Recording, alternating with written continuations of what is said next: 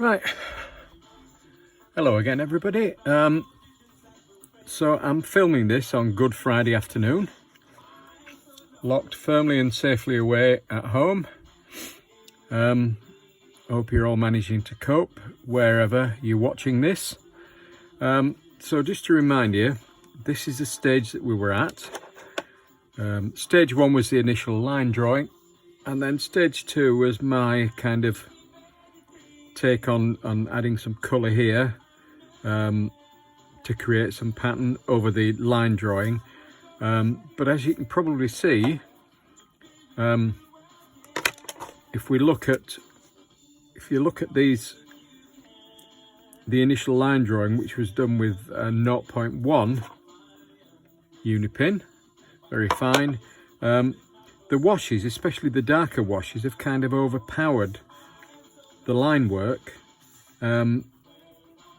So stage three, and this is like the last stage in completing this, will be for me to go in and strengthen some of those lines and give a bit more definition, and also explore some of these really exciting patterns that are created where there wasn't any line work underneath. And also, this looks a bit unresolved, so I'm going to add some shadow to this to give it a bit more definition and some pen work in there.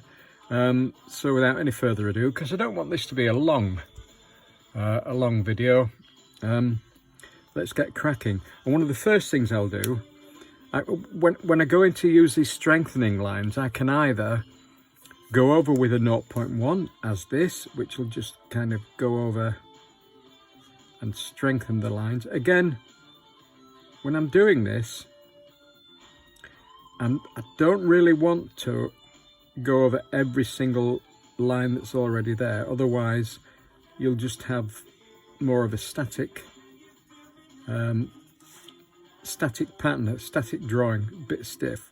So your 0.1, once it's gone over the existing stuff, line work, sorry, stuff, must stop saying stuff. I don't know if you can tell, you probably should be able to, that the 0.1 pen is actually, because it's going over dampish paper that's had watercolour washes added to it, the line is a lot heavier than the original stuff. If I do kind of a test line down here, look, that's a 0.1 onto bare paper, and if I do it up here, look, it kind of spreads. While I'm in this area, I may as well use these accidents and spreads and areas where it's mixed. Kind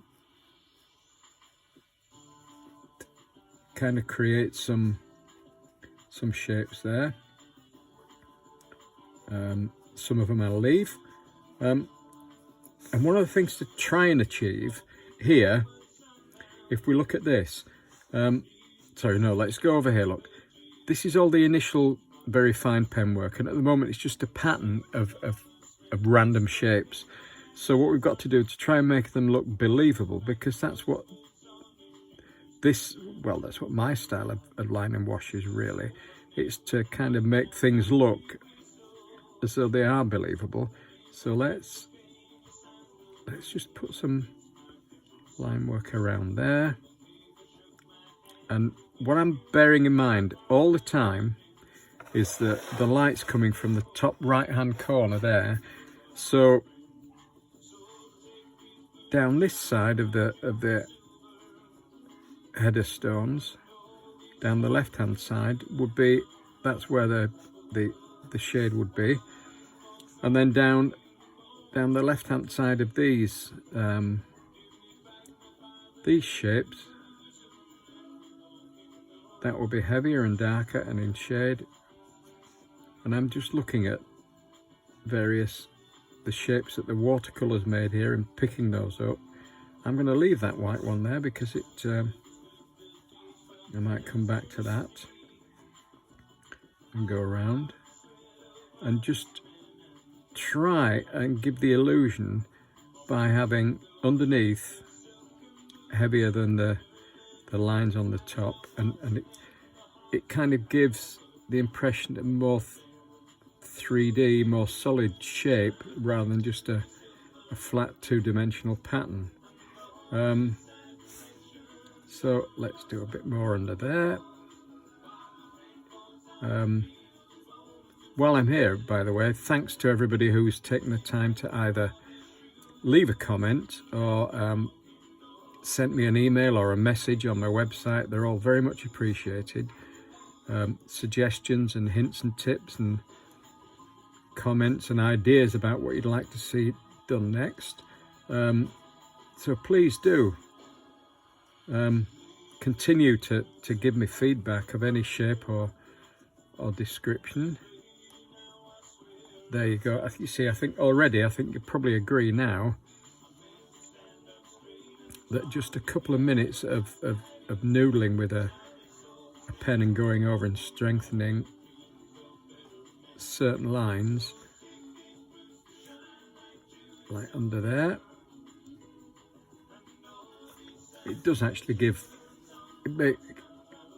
makes the stonework look a bit more believable. And we'll tail it off there. There you go. And we'll do under there. If you can try and think of the individual stones as three-dimensional shapes, and there'd be a curve there, and perhaps that one's sitting forward over that one, so there'll be a bit more of an overhanging cast shadow,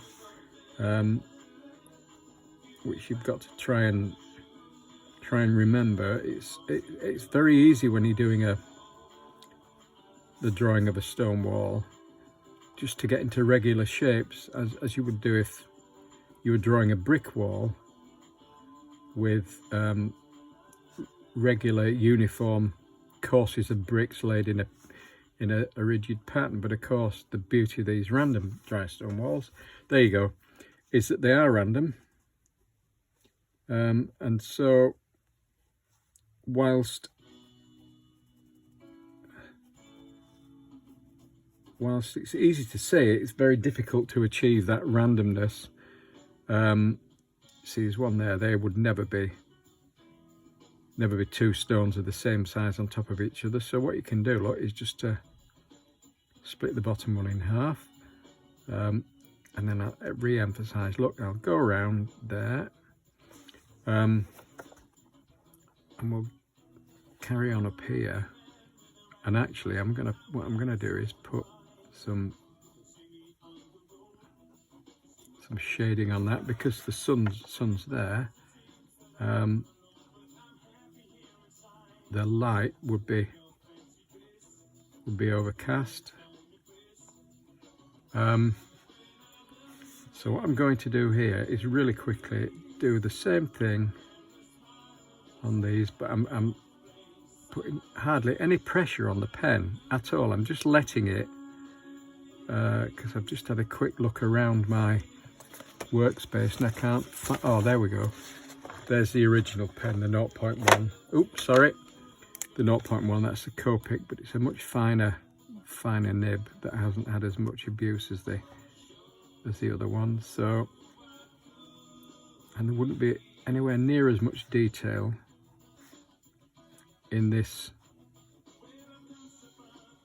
wall that's across the lane from this. This is the focus. If you remember back to stage one, I said that the focus, I'd decided that the focus was going to be on this part of the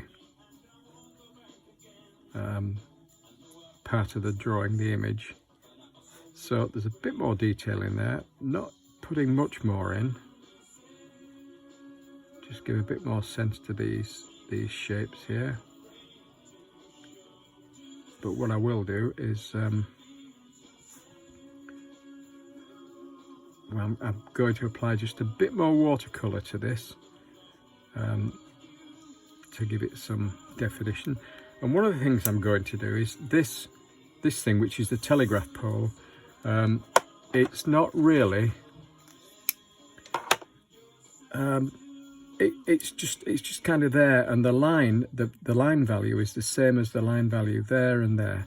and because I want to make it stand out, what I'm going to do is take a 0.5, which is a big heavy beast, come down and go over the existing line. And what this will do, hopefully, is to bring there you go. I'll do the same at the other side, and it'll suddenly bring this clear of the background of the drawing, all the other elements in the drawing, and bring it to the front. One or two little gaps there that we can just fill in, and there, that's suddenly, well, in my view, it's suddenly pulled it forward, so it's standing proud of that. I'm not going to, no, sorry, I tell a lie. Let me look over here quickly and find my small brush. That one has got some pre-mixed shadow colour on. Sorry about this.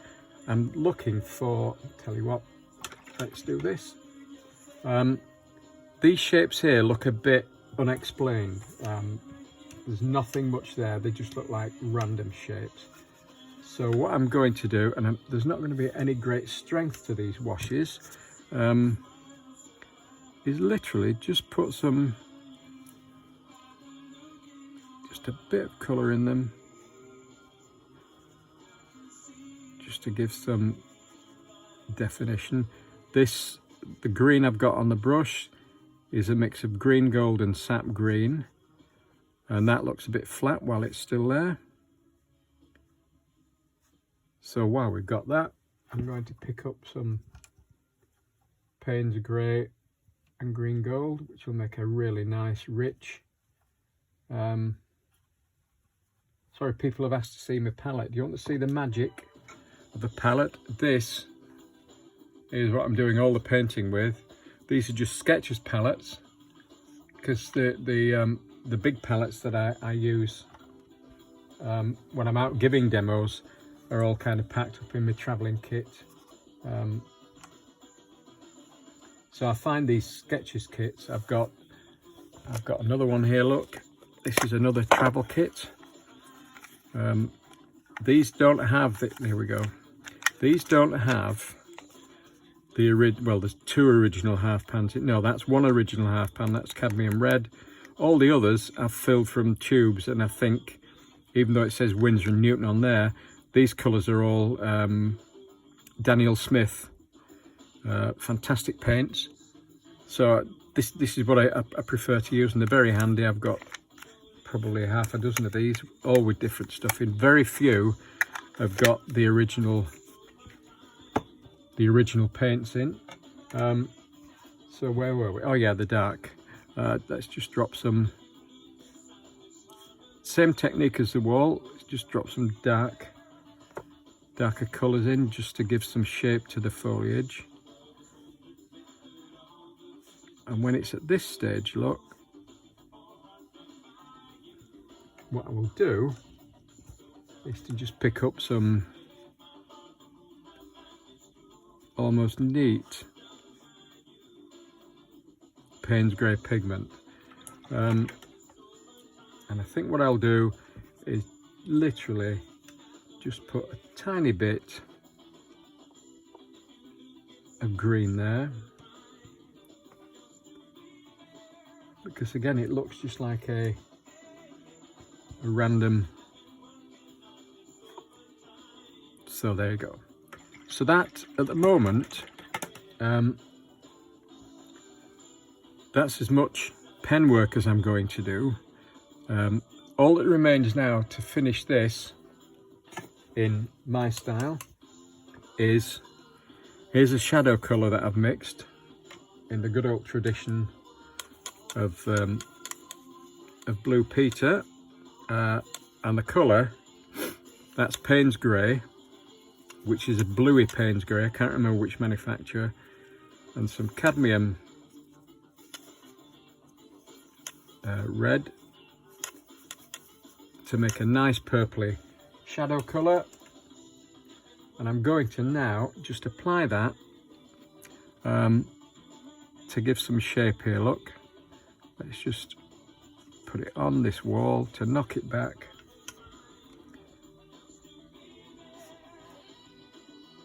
Kill all this under there. Put the shadow going around the wall. And then, and because this shadow is being cast by these trees there, it will actually, it'll come up the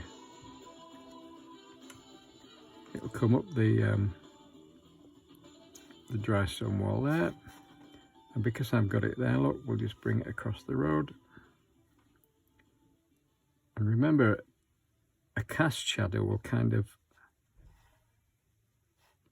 take the shape of what's underneath it. And the only other bit I'll do now, and I've shot myself in the foot there because I want to put some shadow on the house in the background. Pale, not strong, because if it's too strong it'll bring it forward. But this is a very, very wet area of paint, so I'm going to try and kind of hover. So all of this, look, to get the paint down is to put shadow on there. There'll be a bit of shadow down there, some in there. That will be in shadow because it's being cast by the building. Right, that's that there. And then again, that would be some shadow on that side of the chimney stack and inside there. And the cast shadow that will be there. And then there'll be some shadow on the inside of each window frame, look there.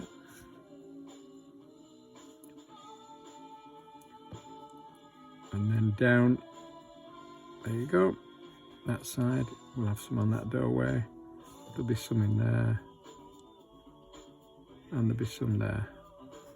Oh, and that's on the left hand edge of that gate post there. And we'll probably try and just get some down there, and down there, and down there. And there you go, and then there's just one last area, and that's under the long eave of the house. So let's see if I can get this